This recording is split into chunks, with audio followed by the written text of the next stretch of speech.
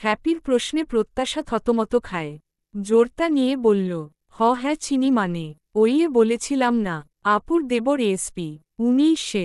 Happy বিস্ময় আর খুশিতে উত্তেজিত হয়ে বলল, ওয়াও রিয়েলি, উনি তোর বেয়াই হয়? তাহলে এখন ঝটপট ওনাকে বল আমাদেরকে হেল্প করতে। প্রত্যাশা চোখ গরম করে বলল, মাথা খারাপ হয়েছে তোর? গল নাকি যেচে পরিচয় দেই। আর উনি বাসায় আব্বু আম্মুর কানে খবর দিক, তাদের মেয়ে থানায়। আম্মু জানলে আমাকে শেষ করে ফেলবে। হ্যাপির উচ্ছ্বসিত মুখটা ফাটা বেলুনের মতো চুপসে গেল। ঠোঁট উল্টে বলল, ও। জলদগম্ভীর স্বরে এক মুহূর্তের জন্য চারিপাশ স্তব্ধ হলেও আবার চাপা ফিসফিসানি শুরু হল। গুরুত্বপূর্ণ কাজে সদর থানায় এসেছিল নীরব। এসআই এর রুমে বসে কথা বলার শুরুতেই বাইরে থেকে হট্টগোল, হইচইয়ের শব্দ আসছিল। এক প্রকার রাগে বেরিয়ে আসে। ফিসফিসানি থামাতে বজ্রকণ্ঠে রূঢ় স্বরে বলল, enough. What going on here? Is this a police station or a local circus? চুপ করুন সবাই, একবারে চুপ। সবাই থেমে যায়। একজন থেমে যায় অন্যজনের চোখের দিকে চেয়ে। ওরা পাঁচজন জোরসর হয়ে দাঁড়াল।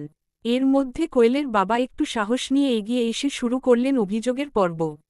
স্যার, আমার মেয়ে ছোট, নাবালিকা।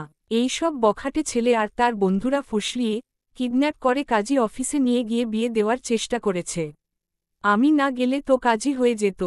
ওপাশ থেকে রোহানের বাবা মুখ শক্ত করে বললেন, আরে ভাই, বখাটে কারে বলছেন? আপনার মেয়ে যদি এতই নিষ্পাপ হইত তাহলে ছেলেরে নিয়ে পালায় কেন? আমার ছেলেকে ফাঁসা এখন আমারে বখাটের বাপ বানাচ্ছেন। নীরব কঠিন স্বরে বলল, প্লিজ স্টপ, ঝগড়া ঝাঁটি বন্ধ করুন। আর কি হয়েছে ধীরসুস্থে বলুন। এসআই মনেমনে একটু স্বস্তি পেল। কই থেকে এতগুলো উজবুক এসেছে? এদের ঝামেলার সুরাহা করতে সারাদিন তো লাগবেই, সাথে মাথা ধরে যাবে নিশ্চিত। ওদিকে প্রত্যাশা চোরাচোখে বারবার নীরবের দিকে তাকাচ্ছে। মনেমনে প্রে করছে নীরব যেন চিনতে না পারে, আর সহিসালামতে যেন এখান থেকে বেরুতে পারে। একে তো নেকাব পরার অভ্যাস নেই, তারপর বাধাও টাইট হয়েছে। যত সময় যাচ্ছে প্রত্যাশার দম বন্ধ হয়ে আসছে দাঁড়ি। হাতের পার্সটা পাশের চেয়ারে নামাল। হাত দিয়ে নেকাব সামান্য টেনে জোরে শ্বাস টেনে নিয়ে হ্যাপির দিকে রাগী দৃষ্টিতে চেয়ে বলল, কি টাইট করে বেঁধে দিয়েছিস ভাই? মনে হচ্ছে এইবারই যদি নাকটা একেবারে বোচা হয়ে যায়।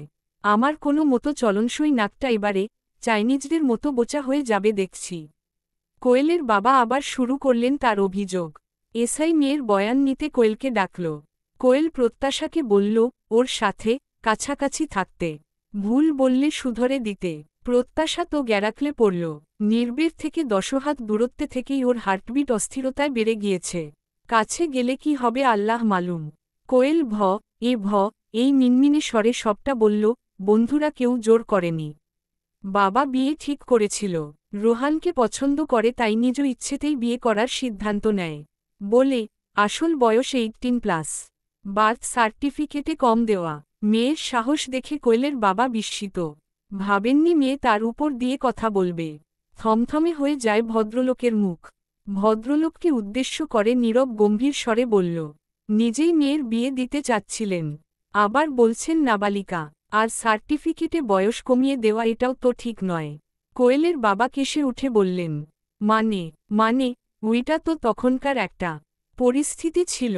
নীরব হালকা হাসল, তাহলে তো মিথ্যা জন্মনিবন্ধনের দায়, তারপর মেয়েকে বিয়ের জন্য জোর করাই আপনাকে আগে গ্রেফতার করা উচিত। আপনি জানেন এটা শাস্তিযোগ্য অপরাধ? ভদ্রলোকের মুখে আর রাগ নেই। রোহানের বাবা বললেন, স্যার, আপনি একদম ঠিক বলছেন, কিন্তু আপনি একটা ব্যাপার বুঝুন, ছেলেমেয়েরা হুজুগে পড়ে গেছে। আসলে তারা এতটাও খারাপ না। নীরব একটু ভারী সুরে বলল, ছেলেমেয়েরা হুজুগে পড়ে না, অভিভাবকদের উদাসীনতায় পড়ে। থেমে নীরব এবার কোয়েল, রোহান আর ওদের বন্ধুদের দিকে তাকালো। বলল, তোমরা সবাই এখনও অনেক ছোট। এটা আবেগের বয়স, ভুল করা খুব সহজ, কিন্তু সেই ভুল থেকে শিখে না নিলে ভবিষ্যৎ গড়া কঠিন হয়ে পড়ে। তোমরা কেউ খারাপ না, কিন্তু দায়িত্বজ্ঞান থাকা খুব জরুরি। ভালোবাসা মানেই পালিয়ে যাওয়া নয়, বরং সাহস করে পরিবারকে জানানো। যোগ্যতা গড়ে তোলো, যাতে একদিন সেই ভালোবাসাকে সবাই সম্মান দিতে পারে। তারপর বন্ধুবান্ধবদের দিকে তাকিয়ে বলল, আর তোমরা বন্ধু হয়ে পাশে দাঁড়িয়েছ, বুঝি বন্ধুর বিপদে পাশে থাকাটা বন্ধুত্ব। কিন্তু চোখ বন্ধ করে নয়। বন্ধুর ভুলে সায় দিলে তোমরাও সেই ভুলের অংশীদার হয়ে যাও। সত্যিকারের বন্ধু সেই, যে সঠিক পথ দেখায়। এমন ভুল সিদ্ধান্তে উৎসাহ দিলে সেটা বন্ধুত্ব নয়, অপরাধে সহযোগিতা। মনে রেখো, বাল্যবিবাহ কোনো রোম্যান্স নয়, এটা এক ধরনের সামাজিক অপরাধ।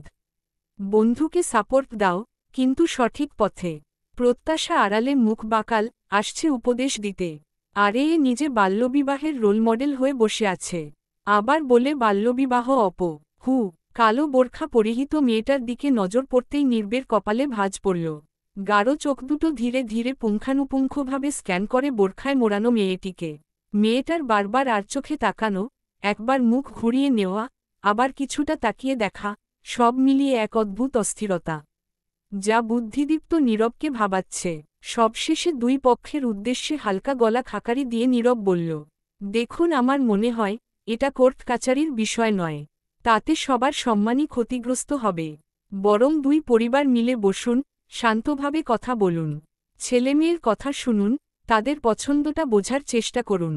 সম্মান আর বোঝাপড়া থাকলে সমাধান এমনিতেই বেরিয়ে আসে। অফিসারের যুক্তিসম্মত কথায় দুই পক্ষই কিছুটা নরম হল। উত্তপ্ত পরিবেশটা শীতল হয়ে আসল। আরও কথাবার্তা শেষে তারা দুই পরিবার বসে কথা বলার সিদ্ধান্ত নেয়। একে একে সবাই প্রস্থান করতে থাকে। কোয়েল পরিবারের লোকের সাথে, রোহান বাবার সাথে। নাহিদ আগেভাগেই বেরিয়েছে। প্রত্যাশা আর হ্যাপি ছিল পিছে। থানার চৌকাঠ পেরোবে এমন সময়ে বোরখাওয়ালি ম্যাডাম, ওয়েট। প্রত্যাশা যেন হিমালয়ের চূড়ায় দাঁড়িয়ে বরফে জমে গেল। বুকের ভেতর ধুকপুকুনি শুরু হল। নীরব ডান ভ্রু খানিকটা তুলে ঠান্ডা অথচ হুকুমের সুরে বলল, আপনি কোথায় যাচ্ছেন? একটু এদিকে আসুন তো। প্রত্যাশার আত্মা যেন হাঁটু গেড়ে বসে পড়ল। মনে মনে প্রমাদ গুনল, এর মতলব কি? সবাই যাচ্ছে, আমাকে বাধা দিচ্ছে কেন? সবাইকে ছেড়ে মাস্টার প্ল্যান করা আমাকে লোকাপে পূর্বে না তো। ইয়া আল্লাহ, ইয়া মাবুদ, রক্ষে করো। নিজেকে গুটিয়ে নিয়ে, মুখ গম্ভীর করে, যতটা সম্ভব দৃঢ়ভাবে এগিয়ে গেল প্রত্যাশা। বাইরের চেহারায় সাহসের মুখোশ, ভিতরে রীতিমতো ভূমিকম্প। গলার স্বর শুনলেই তো, তাই যথাসাধ্য কণ্ঠটা মোটা ঘ্যারঘ্যারে করার চেষ্টা করল। চোখ নিচু করে গলা ভারী করে বলল, জি, আমাকে বলছেন? নীরব এক হাত পকেটে গুজে দাঁড়াল। চোখে নিখুঁত পর্যবেক্ষকের দৃষ্টি। ভ্রু বাঁকিয়ে বলল, জি ম্যাডাম, আপনাকেই বলছি। প্রত্যাশা আপ্রাণ চেষ্টা করছে নিজেকে স্বাভাবিক রাখতে। হাত জোড়া করে কচলাতে কচলাতে থুতনি নামিয়ে দেয় বুকে, দৃষ্টি নামিয়ে রাখে মেঝেতে। শুকনো ঠোঁট জিভ দিয়ে ভিজিয়ে এক গাল কৃত্রিম অনুনয়ের ছায়া মেখে বলে, সবাইকে ছেড়ে আমাকে আলাদা করে ডাকলেন কেন ভাই? বিশেষ খাতির যত্নের কিছু আছে বুঝি? চা বিস্কুট মানে নাস্তার অফারটাই কি করতে যাচ্ছেন? ভাই, শব্দটা বোরখাওয়ালির মুখে শুনে নির্বের মুখ থমকে যায় মুহূর্তেই। ফর্সা চেহারায় ছায়া নামে। এদিকে প্রত্যাশা নিজের ছন্দেই বলে যাচ্ছে, এরকম কিছু হলে আগেই বলছি, আজ সময় নেই, অন্যদিন। বোরখাওয়ালি ফটর ফটর করছে তবে মুখ তুলে তাকাচ্ছে না। এর উল্টাপাল্টা ফটর ফটরের ধরন আর চোরচোর ভাবসাব দেখে নির্বের তীব্র সন্দেহ এখন দিনের আলোর মতো পরিষ্কার। ঠোঁটের কোণে হালকা বাঁকা হাসি টেনে ঠান্ডা গলায় বলল নীরব, ম্যাডাম, কিছু মনে না করলে কথাগুলো আমার দিকে তাকিয়ে চোখে চোখ রেখে বললে ভালো হয়। তাই না? প্রত্যাশা মনে মনে একগাদা লি বর্ষণ করল। এই ব্যাটা কিছুমিছু টের পেয়ে গেছে নাকি? চোখে চোখ পড়লে এক্কেবারে চিনে ফেলবে তো। কিছু ভেবে গলা খাকারি দিয়ে নাটকীয় ভঙ্গিতে কপট রাগ দেখিয়ে বলল, আস্তাগফিরুল্লাহ, আপনি কি বলছেন? আমি কি দেখতেই পাচ্ছেন না? আমি যথেষ্ট পর্দানসীন। পরপুরুষের চোখে চোখ রেখে কথা বলা তো পাপ, ভাইজান। আমার লেবাস দেখে আপনার বোঝা উচিত ছিল আমি কেমন। কোন আক্কেলে এমন একটা কথা বলে ফেললেন আপনি? ছি ছি ছি। নির্বের এবার সত্যিই হাঁপিয়ে ওঠার জোগাড়। বউয়ের মুখ থেকে পরপুরুষ, তারপর ভাইজান সম্বোধন শোনার জন্য নীরব মোটেই প্রস্তুত ছিল না। কোনো রকমে নিজেকে সামলাল।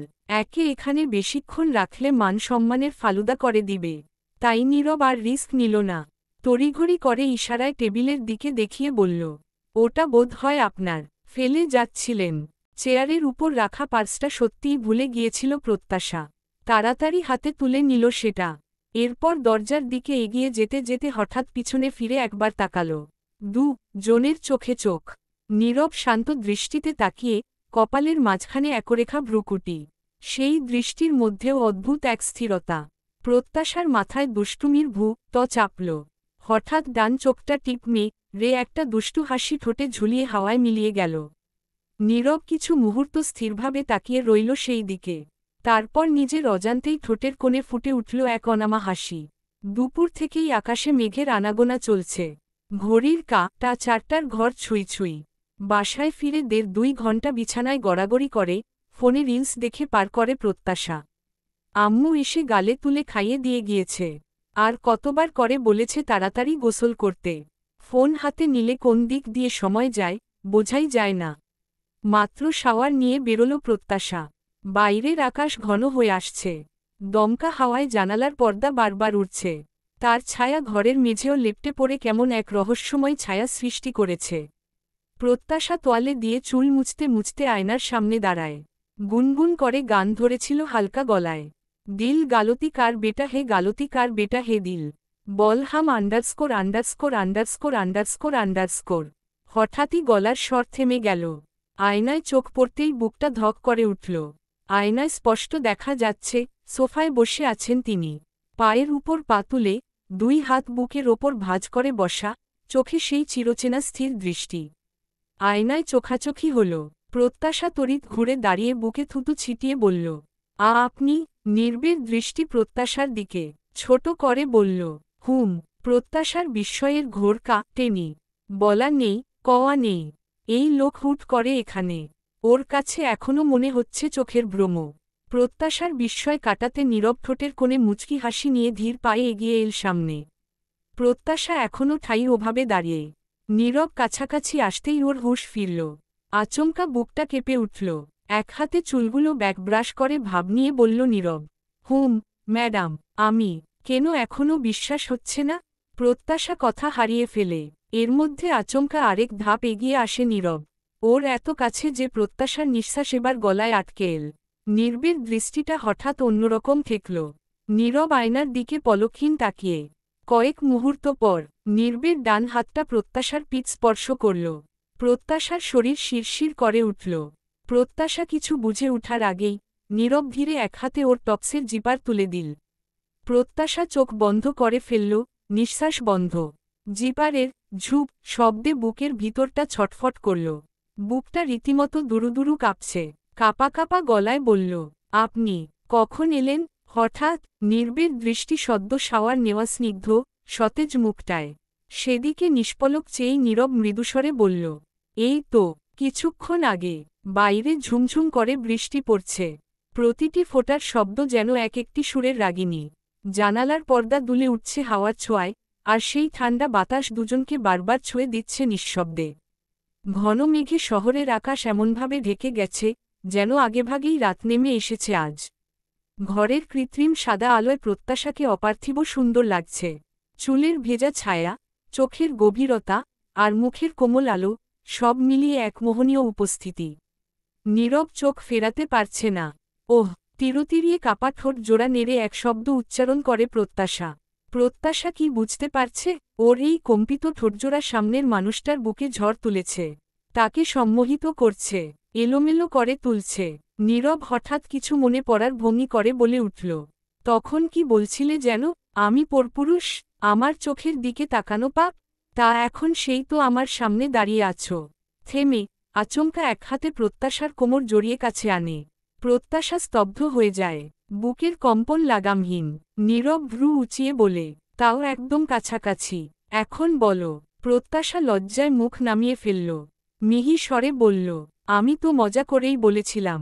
তবে শেষের দিকে বুঝতে পেরেছিলাম আপনি ধরে ফেলেছেন। আমি। থেমে কিছু ভেবে প্রত্যাশার কপালে গাঢ় ভাঁজ পড়ল। প্রশ্ন করে উঠল, আচ্ছা, আপনি আম্মুকে এসব বলে দিতে আসেননি তো আবার? নীরব মুখ শক্ত করে বলল, হুম। প্রত্যাশা সঙ্গে সঙ্গে নাকমুখ কুঁচকে তাকাল। চোখ দুটো বড় বড় করে রাগী রাগী দৃষ্টিতে চাইল। নীরব ঠোঁট ছড়িয়ে নিঃশব্দে হেসে উঠল।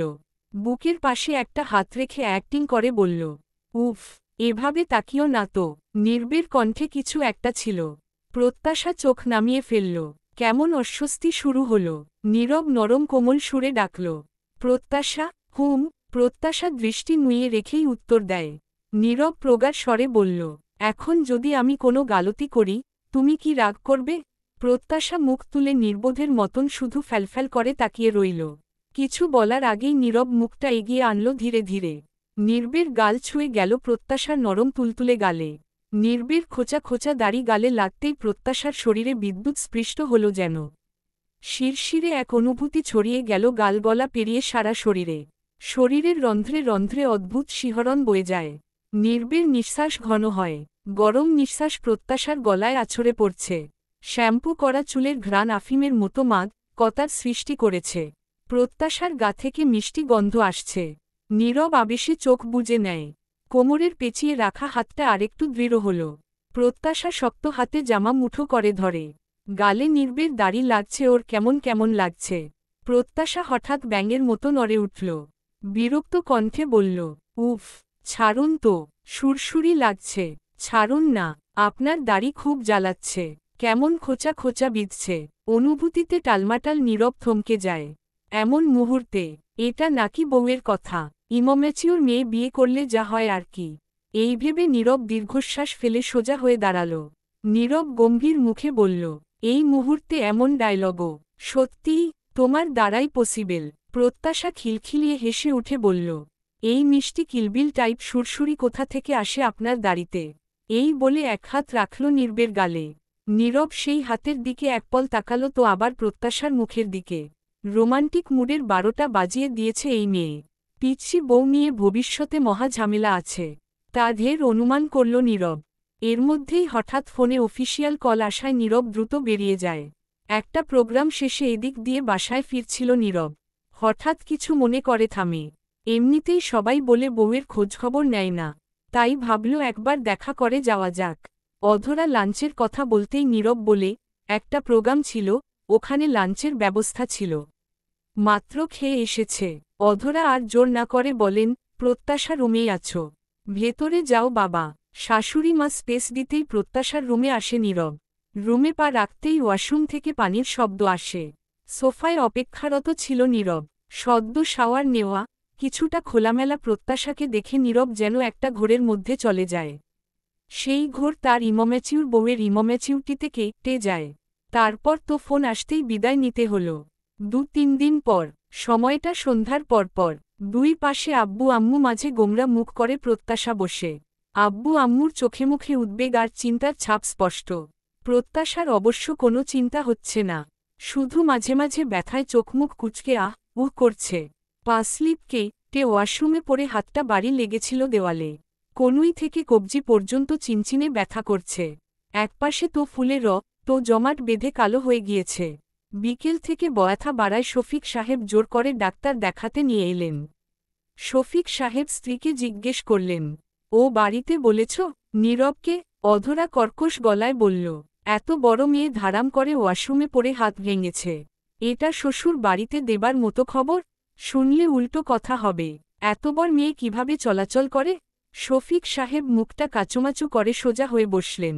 অধরা ক্ষোভ প্রকাশ করলেন, দুপুর বেলা আম গাছে উঠতে চেয়েছিল, আম ভর্তা করে খাবে, উঠতে দেইনি, সেই রাগ নিয়ে গোজগোজ করতে করতে গোসল করতে ঢুকেছে। অন্য মনস্ক ছিল, আর অমনি পড়েছে। ওই পোড়াই পড়ত গাছ থেকে। আল্লাহ তাও বাঁচিয়েছেন, অল্পের উপর দিয়ে গেছে। গাছ থেকে পড়লে তো পা সহ কোমর ভাঙত।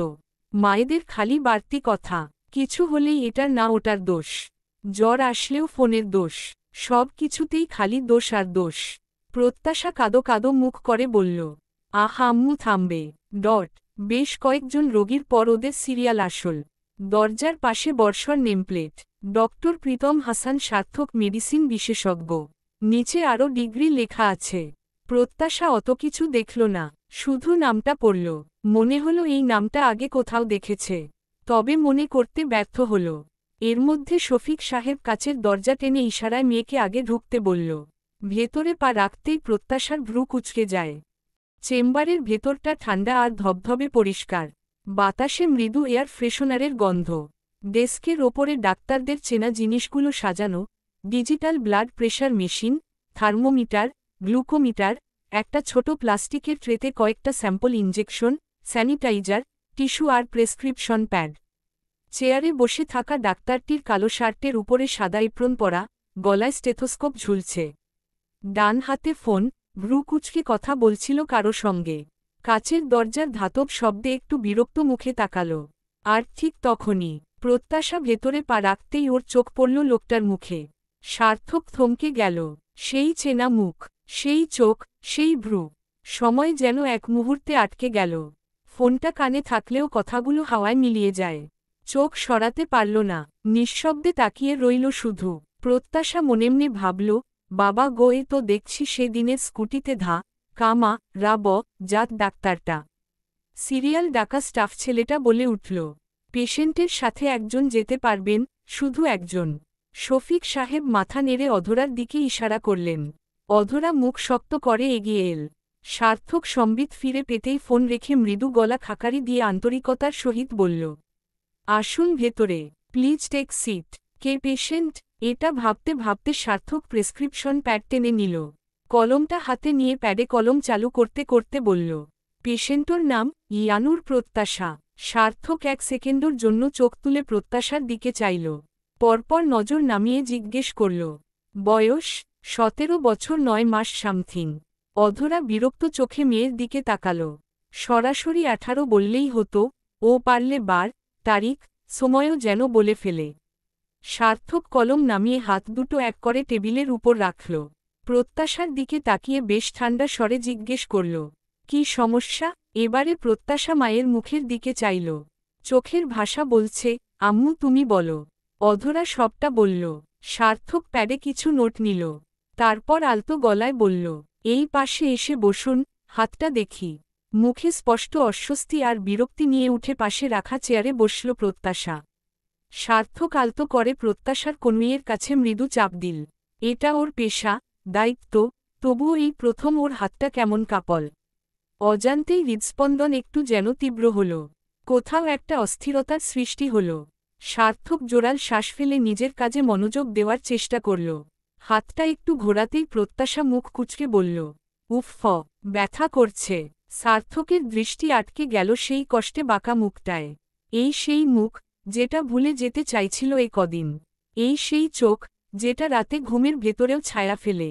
আজ সেই চোখ, সেই মুখ, নিজেই এসে বসেছে সামনে। সার্থক নিজেকে সামলে নিল। হাত ছেড়ে সোজা হয়ে বসে গলা পরিষ্কার করে বলল, এক্স-রে করাতে হবে। কিছু ফ্র্যাকচার বা মাইক্রো ক্র্যাক হলে বুঝতে পারব। আমি রেফার করছি। তারপর সঙ্গে সঙ্গেই ইন্টারকমে চাপ দিয়ে স্টাফ বয়কে ডাকল। আদেশের সুরে বলল, এই পেশেন্টকে এক্স-রেতে নিয়ে যাও, রিপোর্ট আসা পর্যন্ত ওনাদের হেল্প করো। আর হ্যাঁ, আমার কথা বলবে। রিপোর্ট তাড়াতাড়ি তৈরি করতে বলবে। ওয়েটিং চেয়ারে প্রত্যাশা বসে উসখুস করছে। যেখানে টেস্টের জন্য আগে থেকেই রিসিপশনে লাইনে দাঁড়ানো অনেকে। লাইন ফলো না করেই তাদেরটা আগে হল। শুধু তাই নয়, এক্স-রে রুমেও একই কাণ্ড। পরে গিয়েও তার নাম আগে ডাকা হল। প্রত্যাশা দেওয়ালে টানানো পোস্টার দেখে জিজ্ঞেস করেছিল বয়টিকে, এক্সরের জন্য তো তারা চিহ্ন এত টাকা ফিক্সড করা। তাহলে তাদের কাছ থেকে কম নিচ্ছে কেন? উত্তরে বলেছিল, প্রীতম স্যার কমিশন লিখে দিয়েছেন। তাই এই নিয়ে প্রত্যাশার সে কি ভাবনা? ডক্টর প্রীতম হাসান সার্থকের কোনো স্বার্থ নেই তো? নাকি ব্যাটার দয়ার শরীর, সবাইকে এরকম দয়া দেখিয়ে বেড়ায়? এরই মধ্যে এক্স-রে রিপোর্ট প্রস্তুত হয়। ডাক পড়ে তাদের। রিপোর্টে বড় কোনো সমস্যা ধরা পড়েনি। কনুইয়ের কাছে রগে আঘাত লেগে রক্ত জমেছিল। সার্থক নিজে সিরিঞ্জ দিয়ে জমা রক্ত বের করে দেয়। সেই সময় প্রত্যাশা মুখ কুঁচকে মায়ের হাত শক্ত করে ধরেছিল। পরবর্তীতে হাতে ব্যান্ডেজ করা হয়। সব শেষে প্রেসক্রিপশন সম্পূর্ণ করে সার্থক শান্ত কণ্ঠে বলল, এই ওষুধগুলো আপাতত চালিয়ে যান। চিন্তার কিছু নেই, তবে কয়েকদিন হাতটা যেন বেশি নাড়াচাড়া না হয়। 3 দিন পর ব্যান্ডেজ খুলতে আবার দেখাতে আসবেন। ওষুধ বদলাবো। সিএনজিতে আব্বু আম্মুর মাঝে বসে আছে প্রত্যাশা। বাড়ি ফিরছে তারা। প্রত্যাশা ক্লান্ত শরীরটা হেলিয়ে দিয়েছে মায়ের কাঁধে। অধরা একবার মেয়ের ক্লান্ত, শান্ত মুখটার দিকে তাকাল। আবার চোখ তুলে তাকাল দূরের আকাশে। পূর্ণিমার চাঁদ ঝলমল করছে, তার ম্লান আলো ধরণীতে ছড়িয়ে পড়েছে। হাইওয়ে ধরে সিএনজি চলছে দ্রুত। দুপাশে বিস্তীর্ণ মাঠ, তার মাঝে অন্ধকার আর নিস্তব্ধতা। আচমকা অধরার মনে পড়ে গেল সেই রাতটার কথা, সেই মধ্যরাতের এক স্মৃতি, যেদিন ওর জীবনে অন্ধকারের মাঝেও এক টুকরো আলো নেমেছিল। সেদিনও ছিল পূর্ণিমা, হাসপাতালের কৃত্রিম আলো ঝলমল করছিল, বাইরে ঝরছিল চাঁদের মায়াবী আলো। কিন্তু অধরার ভেতরটা তখন ভারী বিষণ্ণ। ঘুম আসছিল না কিছুতেই, চোখ বুজলেই মনে পড়ছিল সদ্য জন্ম নেওয়া ফুটফুটে কন্যা শিশুর মুখ। আগের রাতেই, ঠিক এই সময়ে, দ্বিতীয়বার বাচ্চা জন্ম দিতে গিয়ে কন্যা শিশুর জন্ম দিয়েছিল অধরা। 10 মাসের যত্ন, বুকে জমে থাকা হাজার স্বপ্ন, সব শেষ হয়ে গিয়েছিল এক মুহূর্তেই। কি নিদারুণ যন্ত্রণা, একজন মাই জানে কতটা নিঃস্ব করে দেয় এমন অভিজ্ঞতা। এমন সময় করিডোরে ভেসে এলো বাচ্চার কান্নার শব্দ, চেনা, চিরচেনা সেই কান্না যেন মাকে তাড়িয়ে নিয়ে যায়।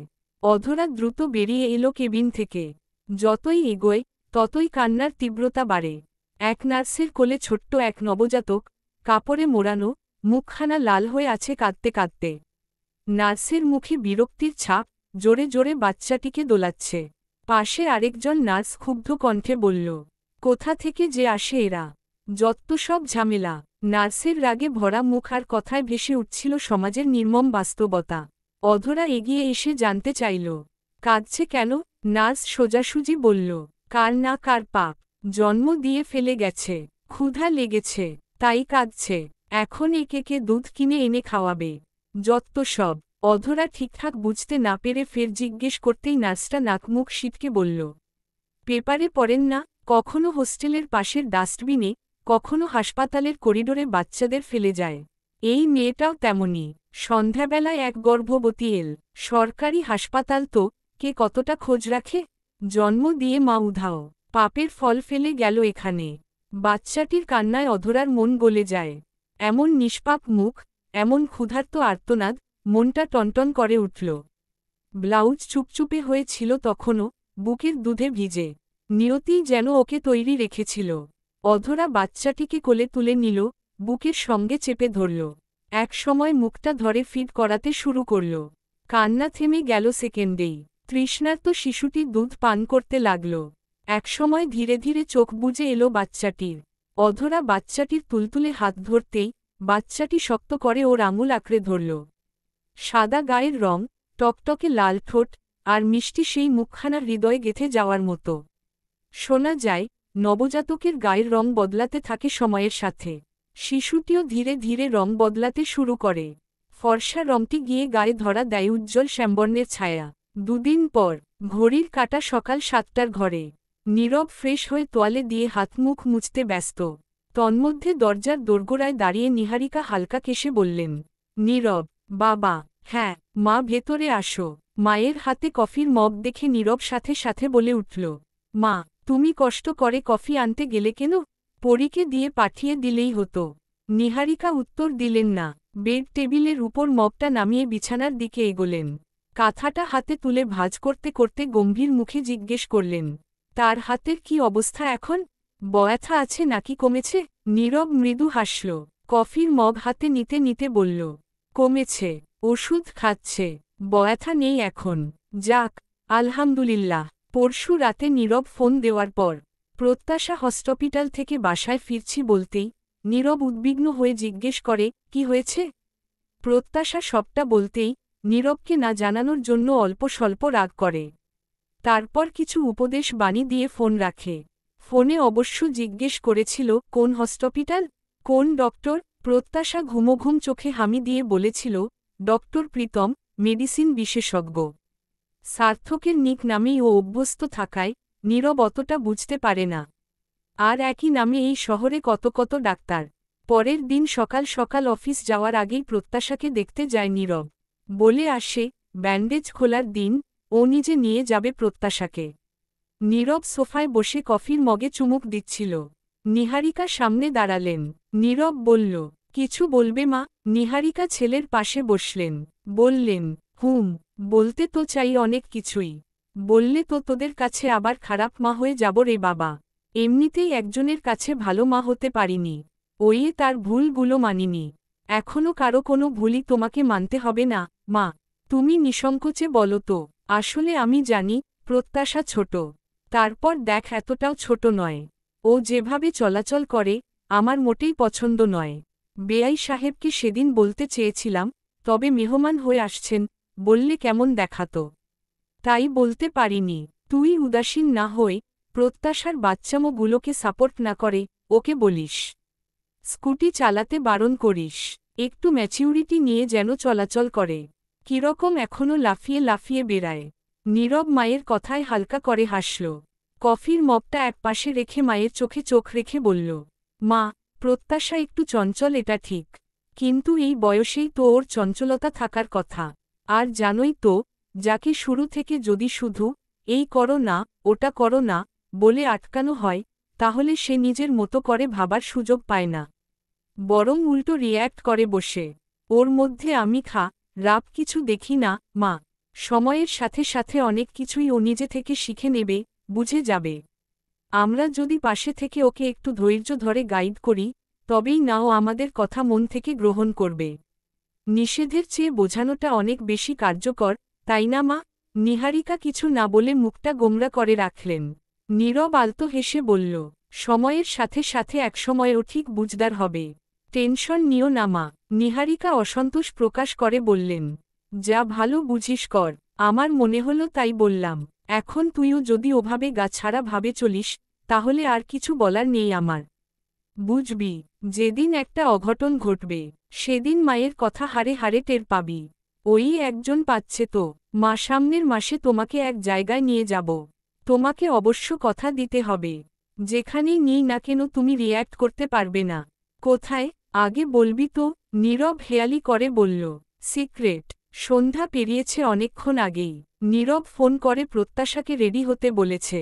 কি একটা কাজে ব্যস্ত ছিল, তাই এখন সরাসরি অফিস থেকেই এখানে আসছে। নির্বের দেওয়া ড্রেসগুলোর মধ্যে থেকে একটা পরেছে প্রত্যাশা। দুধ সাদা রঙের ফিটিংস টপ। টপের গলার কাছে সুন্দর করে গাঁথা একটা স্টাইলিশ বোটাই, যেটা অভিজাত, কোমল আর আকর্ষণীয় করেছে প্রত্যাশার চেহারায়। টপ কোমর ছাড়িয়ে অল্প নিচে, কোমর থেকে পায়ের গোড়ালি অবধি সাদা কালোর মিশেলে হালকা ঢেউ তোলা স্কার্ট। আয়নায় প্রত্যাশা নিজেকে দেখে নেয়। মন্দ লাগছে না, বেশ সুন্দরী লাগছে। লোকটার পছন্দ আছে বলতে হবে। নীরব বাসার সামনে বাইক থামিয়ে ফোন দিতেই প্রত্যাশা এক প্রকার দৌড়ে বেরোতে থাকে।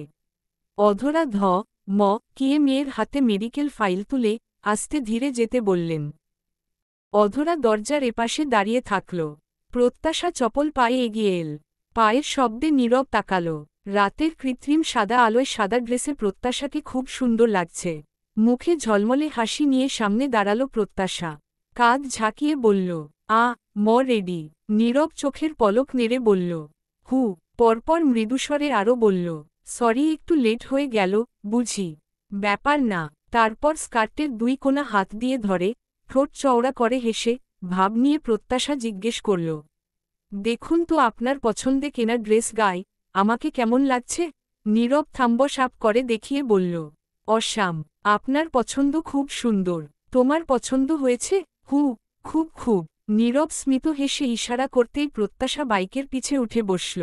এক হাতে কোলের উপর মেডিকেল ফাইল রাখল, অন্য হাতটা দিয়ে নির্বের পেট পেঁচিয়ে ধরতে ধরতে বলল, সেদিন বলেছিলেন এরপর থেকে তোমার ইচ্ছেও রিস্ক নিব। তাই আমি বলছি, আমি কোনো রিস্ক টিস্ক নিতে চাই না। তাই আগেভাগেই ধরে বসলাম। নামিদামি প্রাইভেট হাসপাতালের চকচকে লিফটে উঠে সোজা 6 তলায় এলোরা। প্রত্যাশার হাতে ধরা মেডিকেল ফাইলে উপরে বড় বড় করে শুধু হাসপাতালের নাম, ভেতরে প্রেসক্রিপশন, রিপোর্ট আর মূল ফাইল। নীরব চারপাশে একবার চোখ বুলিয়ে নিয়ে ওয়েটিং চেয়ারগুলোর দিকে ইশারা করল, তুমি বসো, আমি দেখি কত নম্বর চলছে। প্রত্যাশা মাথা নাড়িয়ে হ্যাঁ সূচক বলে বসল। ডাক্তারের চেম্বারের পাশের ডেস্কের ছেলেটির দিকে এগিয়ে গেল নীরব। কত নম্বর চলছে এখন? ইয়ানুর প্রত্যাশা নামে একটা সিরিয়াল আছে, চেক করে দেখবেন? বলতে বলতে হঠাৎ চোখ পড়ল ডাক্তারের নেমপ্লেটের দিকে। মুহূর্তেই কপালে ভাঁজ পড়ল নির্বের। ঠোঁট শক্ত হয়ে গেল। ডেস্কের ছেলেটা বলল, ভেতরের পেশেন্ট বেরোলেই ডাকব ম্যাডামকে। আপনি বসুন প্লিজ। চোখে ঠান্ডা গুণ নিয়ে প্রত্যাশার পাশে গিয়ে বসল নীরব। মুখ থমথমে। বলল, তুমি একে দেখিয়েছ? হ্যাঁ। আর ডাক্তার পাওনি? মানে? নীরব কিছু না বলে সোজা হয়ে বসল। গম্ভীর মুখে বসে রইল, কিন্তু ওর ভেতরটা যেন পু অর্তে লাগল রাগে। চেম্বারে ডাক পড়ল। ভেতরে ঢুকতেই সার্থকের সাথে চোখে চোখ। একজনের চোখে গুণ, অন্যজনের চোখ ঠান্ডা। সার্থক একটুও অবাক হল না। মেরুদণ্ড সোজা করে বসল, ঠোঁটে খেলে গেল এক ঠান্ডা হাসি। ওহ বাহ, আজ স্বয়ং এসপি সাহেব যে দেশের নিরাপত্তার পরে এখন বউয়ের সিকিউরিটিও নিজে নিজে দেখতে আসছেন নাকি এসপি সাহেব? নীরব দাঁত কটমট করে বলল, হ্যাঁ, নিজের জায়গায় অন্য কারো হস্তক্ষেপ পছন্দ করি না। তাই। সার্থক বসতে অফার করল, তারপর আরও বলল, হস্তক্ষেপ? আরে ভাই, চিকিৎসা তো করছি, অন্যায় তো আর করছি না। নীরব ঠোঁট দুটো শক্ত করে বলল, শুধু অন্যায় নয়, অনধিকার চর্চার বিরুদ্ধেও আমি একই রকম স্পষ্ট। এর মধ্যে সার্থক ইন্টারকমে কফি অর্ডার দেয়। জবাবে বলল, এটা আমার দায়িত্ব। ওয়েল, তবে সেটার পেছনে স্বার্থ থাকলে ব্যাড। সার্থক প্রত্যাশাকে জিজ্ঞেস করে, কোনো সমস্যা আছে কি না? প্রত্যাশা বেচারি একটু অবাকই, এরা দুজন আগে থেকেই পরিচিত নাকি?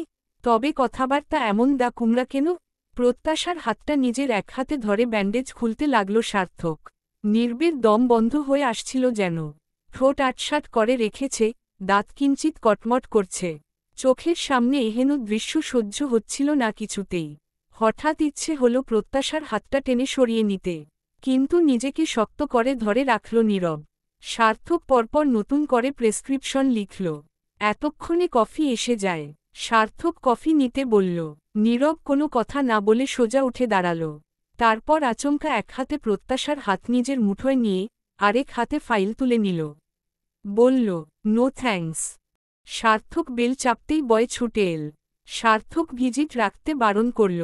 নীরব প্রত্যাশার হাতে ফাইল দিয়ে ত্রস্ত টাকা বের করে ছেলেটির দিকে বাড়িয়ে সার্থকের উদ্দেশ্য বলল, সাহায্য করার হলে রাস্তায় মানুষের অভাব হবে না, সেখানে গিয়ে সাহায্য করো। নির্বের বউয়ের জন্য নীরবই এনাফ। ক্লিয়ার। ভিজিট ধরিয়ে দ্রুত বেরিয়ে এল।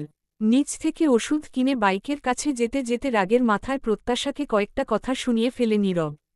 বলল, শহরে বুঝি ডক্টরের অভাব পড়েছিল, এখানেই আসতে হলো। এই হসপিটালেই তো কত অভিজ্ঞ ডাক্তার ছিল। সব রেখে প্রত্যাশা নির্বোধের মতন বলল, কি সমস্যা? ডক্টরটা তো ভালোই, কত আন্তরিক, আর দেখতে শুনতেও তো ভালোই। আমি বুঝলাম না আন্ডারস্কোর আন্ডারস্কোর আন্ডারস্কোর। নির্বের রাগী চোখ দুটো দেখে মুখের কথা থেমে যায় প্রত্যাশার।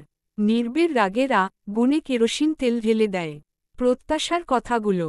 দাঁতে দাঁত চেপে বলল নীরব, সে দেখতে শুনতে ভালো, তাকে দেখতেই আসছিলে বুঝি? এ মা, আপনি আমার কথাটা এভাবে মিন করছেন কেন? আর উনি কিসের শত্রু আপনার? বুঝছি না তো। চিনেন ওনাকে? রাগে মাথা ফেটে যাচ্ছে নির্বের। রাগ নিয়ন্ত্রণ করতে না পেরে বাইকে বসে রাগ ঝাড়তে লাগল। এত বড় মেয়ে হয়ে কিভাবে পড়ো শুনি? আর সেদিন ডক্টরের নাম জিজ্ঞেস করলাম, পুরো নামটাও বলতে পারলে না। আগে জানলে। উফ, ডক্টর দেখাতে আসলে একবারও আমাকে জানানোর প্রয়োজন বোধ করলে না। প্রত্যাশার এবার কান্না পাচ্ছে। উনি শুধু শুধু বকছে। আম্মুই তো প্রথমে বলতে দেয়নি। ওর কি দোষ? স্পিডে বাইক চালায় নীরব, আর একটিও কথা বলে না। Dot dot. সার্থক ঘোষণা দিয়ে দেয়, বাকি পেশেন্টদের চলে যেতে বলো, আজ আর একটাও পেশেন্ট দেখব না। তারপর চেয়ারে গা এলিয়ে ফোন করল। ওপাশ থেকে রিসিভ করে বলল, হ্যাঁ ব্রো, বলো। প্রীতি নীরবে শুনল। সার্থক ফের বলল, যা করার তুই করবি। আমি কি করে? অসির চেয়ে মসি বড়, কথাটা জানিস না? মস্তিষ্ককে কাজে লাগা। প্রত্যাশা মুখটা ভার করে বাসায় ঢোকে। নীরব পাশাপাশি। এতক্ষণের রাগটা প্রত্যাশার ম্লান মুখ দেখে নিমিষেই নিয়ে আসল। নীরব গিল্টি ফিল করল। শুধু শুধু রাগের মাথায় প্রত্যাশাকে ওভাবে বলা ঠিক হয়নি। নীরবকে বসতে বলে অধরা নাস্তা আনতে যায়। প্রত্যাশা ধীর পায়ে নিজের রুমে ঢোকে। হঠাৎ করেই হাতে টান পড়ল। পিছু ঘুরে দেখল, নীরব সরু চোখে চেয়ে হাত ধরে। প্রত্যাশা কিছু বলার আগেই নীরব দু পা এগিয়ে এল। তারপর অপরাধীর সুরে বলল, সরি, আমি খুব সরি। তখন তোমার সাথে রূঢ় আচরণ করা উচিত হয়নি। আসলে তখন কি হয়েছিল আমি নিজেও জানি না। প্রত্যাশার মুখের মেঘ কাটতে থাকল। নীরব এক অবাক কাণ্ড করল। ধরে রাখা প্রত্যাশার হাতটা তুলে হাতের উল্টো পাশে ঠোঁট ছোঁয়ায়। পরপর মুখ উঁচু করে বলল, সরি বলছি তো, প্লিজ আর মুখ ভার করে রেখো না। এভাবে বিদায় নিলে অশান্তি লাগবে, প্লিজ, স্মাইল। এভাবে বলায় প্রত্যাশার এবার সত্যিই হাসি পেল। এক চিলতে হাসি ওর ঠোঁটে ফুটে উঠল। নীরব মৃদু হেসে বলল, এবার ঠিক আছে। তারপর, ঠিকমতো ওষুধ খেও। আরও কয়েকটা উপদেশ দিয়ে নীরব বলল, টেক কেয়ার, বাই। প্রত্যাশা জবাবে মিষ্টি হেসে বলল, বাই। নীরব আচমকা আরেকটু এগিয়ে এল, একদম কাছাকাছি। তারপর স্লো ভয়েজে বলল, উমম, এবার আমাকে ফলো করে মিষ্টি একটা বিদায় দাও। প্রত্যাশার ভ্রু কুঁচকে যায়, ভ্রু বাঁকিয়ে ইশারায় বোঝায়, মানে। নীরব দুই আঙুলে আলতো করে প্রত্যাশার গালে মৃদু চাপ দেয়। বলল, ওয়েট। তারপর আরেকটু ঝুঁকে ডান চোখটা টিপল। পরপর টুপ করে প্রত্যাশার ডান গালে চুমু খেল। প্রত্যাশার চোখ কপালে উঠল। ঠোঁটের কোণে হাসির ছটা রেখেই নীরব ভাব নিয়ে বলল, নাও, ইউর টার্ন।